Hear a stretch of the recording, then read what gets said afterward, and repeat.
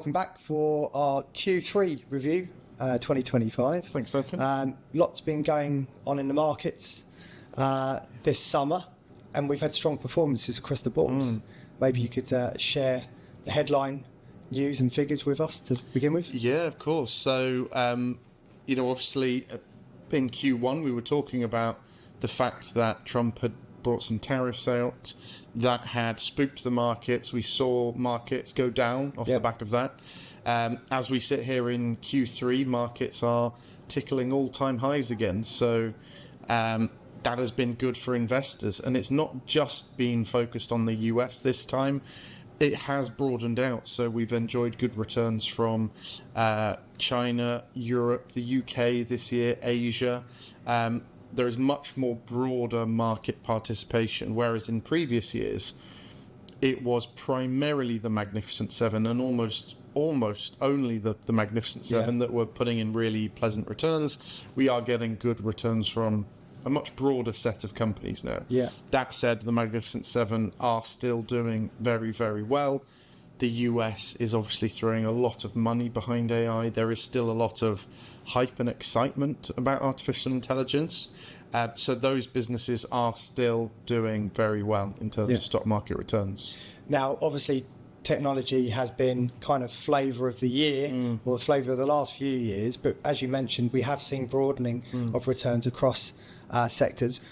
So out of interest, what sectors away from technology have been performing well, and why do you think that is? Yeah, it's been fairly broad, but some of the key areas that we've been interested in are cyclical businesses in Europe. Financials have done very, very well. Quality businesses in Asia have done very well. It hasn't just been single sector or just a handful of sectors. What has done fairly poorly has been consumer-focused businesses, so consumer cyclicals. If we look to Europe again, sweethearts of the market such as Louis Vuitton, Moet Hennessy, LVMH, Adidas, some of these big retail names that have done very well in previous years have actually really started to be hit by the fact that consumers are spending less. So there has been a real divide in fortune with the banks and cyclical, so mining, gas companies, those sorts of businesses doing very, very well, and then some businesses actually doing quite poorly.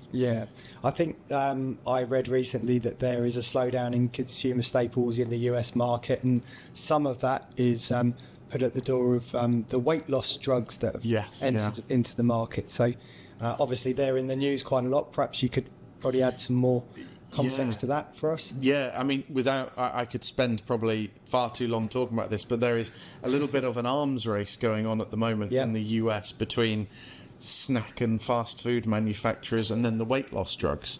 The weight loss drugs works on a certain bit of your biology to reduce your appetite. At the same time, the snack, beverage and fast food companies are working on ways to circumvent how those drugs work. So they are trying to get you eating your cookies that you're no longer craving in a different way. But as you mentioned, because of the Wegovies and the Ozempics, those sorts of businesses, those fast food snack manufacturers, have had quite a poor year. Sales are down. It's really upended the trend of a multi-decade trend. Companies like Doritos, Snapple, those sorts of businesses have done very well for multi-year periods. So this is a little bit of a black swan event for those sorts of businesses. Fortunately for us as investors, they make up quite a small part of the market these days. So exposure, it tends to be fairly limited. The same with things like Adidas and LVMH. These names that have done fairly poorly this year haven't really affected our client returns. So going back to the top end of the market, which companies have been the biggest movers in the last quarter? I think Tesla have had a magnificent quarter. They have had a resurgence. Tesla has been one of those businesses that has either been the zero or the hero in any given quarter. over the last few years. They are now pretty much back at all-time highs. Yeah. They are trading at over 150 times earnings. So, for those listening that may not be too intimately familiar with how that works, it's a basic way of valuing a business. Yeah. Is it over expensive? Is it a bargain? Tesla is very expensive. Yeah. That has done very well. Nvidia continues to do well. Some of the Magnificent Seven companies, although beating earnings expectations, the expectations that analysts publish, actually saw their share prices not do so well. Yeah. Names like Amazon and Google, they both beat earnings expectations, but in the immediate aftermath of earnings, actually, their shares went down. Yeah. Since then, most of them are in slightly better territory, but we are starting to see weakness in that Magnificent Seven story, which the AI story. kind of brings me on to the next question. A lot of talk in the press about synergies between the current boom that we are witnessing with AI and the dot-com boom and bust of the early part of the century. In your view, what similarities and what differences do you think there are between those two events? Yeah, so the similarities are quite obvious. They're both in technology. They're both very linked to the internet. They are both around companies being very expensive for how much profit they make. That so-called bubble territory. And we are starting to see fairly prominent figures use the word bubble now. Yeah. We had Jamie Dimon, who is the CEO of JP Morgan, calling this an AI bubble. So that's slightly concerning. So they're the similarities. Technology, they're expensive businesses. There is a general feeling that the only way is up. Every time there is a bubble, there's this mantra of this time it's different. We hear that every time. This time it's different. The valuations are justified. Now, where they're very different is primarily in the dot-com bubble. These were unprofitable businesses. Some of them were even pre-revenue. Yeah. So people were registering dot-com businesses, launching on the stock market, selling billions of dollars of shares, but they never made a dollar of profit. They were essentially zombie shell companies just to get in investor flows. Whereas today, these are some of the, if not the largest companies on earth, some of the most profitable businesses on earth, enormous amounts of revenue, very, very deep pockets. So I actually saw someone analysing the technology space describe it is a bubble, but it's a productive bubble, because these businesses have swollen to valuations that are priced to perfection. These businesses need to keep growing at the rates that they are to justify how expensive the shares are. But they are profitable. So there are similarities, there are differences.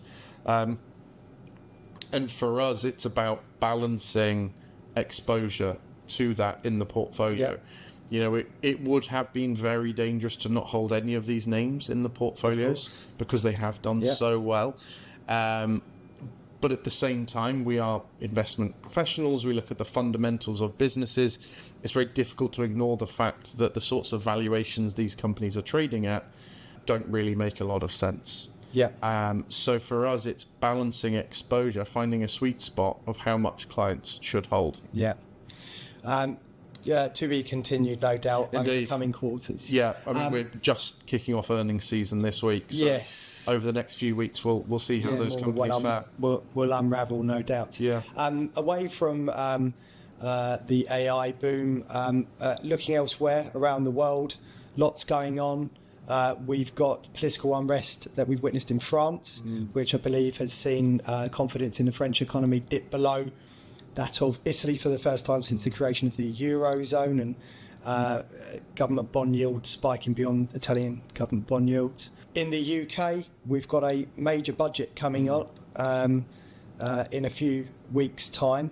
Lots of fear-mongering going around the press, what that budget holds. So in Europe, what's going on, and what do you see coming up over on the horizon that investors might want to be aware of? So Europe started the year really well.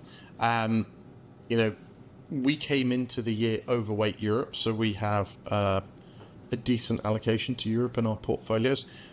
The European stock markets for the first couple of quarters did fantastically well, outperforming the US, the UK. Yeah.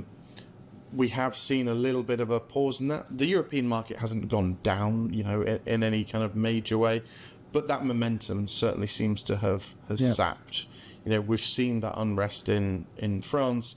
There is, of course, kind of political tension all over the Eurozone and in the UK as well.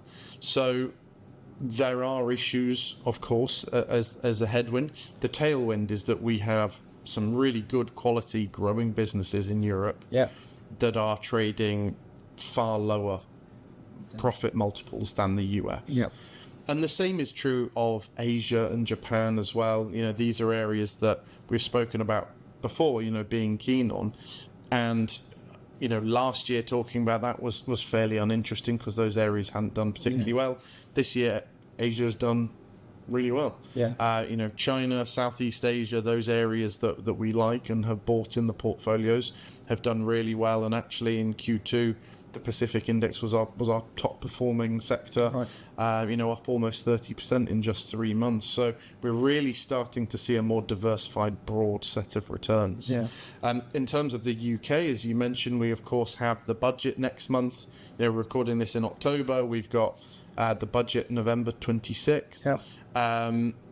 Now that, of course, will cause lots of anxiety for investors in the UK, perhaps about their own tax situation primarily. For us as investors, we've got quite a small amount of our portfolio in the UK. As we've talked about before, the UK's economy isn't as attractive as other areas in the world. No. Our stock market isn't necessarily as attractive as other parts of the world. On the subject of the stock market as well, the common question comes up with investors is, exposure to the UK. Things aren't going too well on the ground here. But of course, the FTSE 100 is full of multinational global companies who just happen to be listed on that index. And would you say a fair reflection of the state of play in the UK would be the FTSE All Share?